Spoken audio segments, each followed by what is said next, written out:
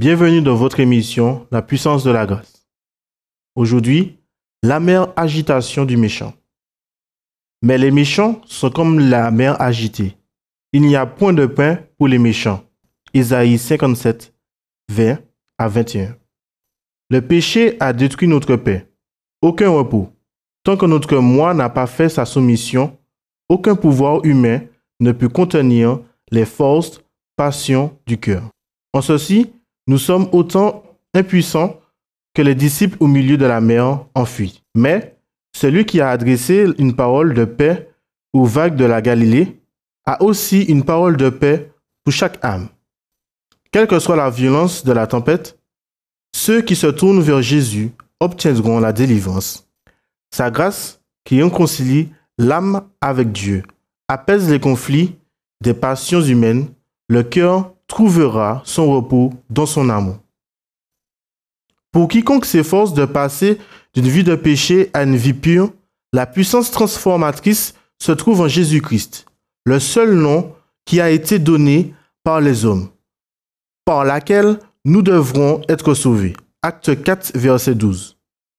Sa grâce et sa puissance sont les seuls remèdes contre le vice. Nous vivons dans une atmosphère d'ensorcellement satanique.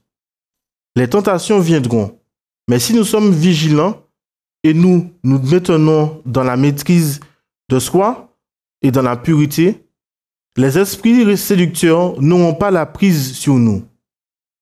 Ceux qui évitent la tentation se trouveront plus forts quand elle se présentera. Mais ceux qui se complaisent dans une atmosphère de mal n'auront qu'à s'en prendre à eux-mêmes.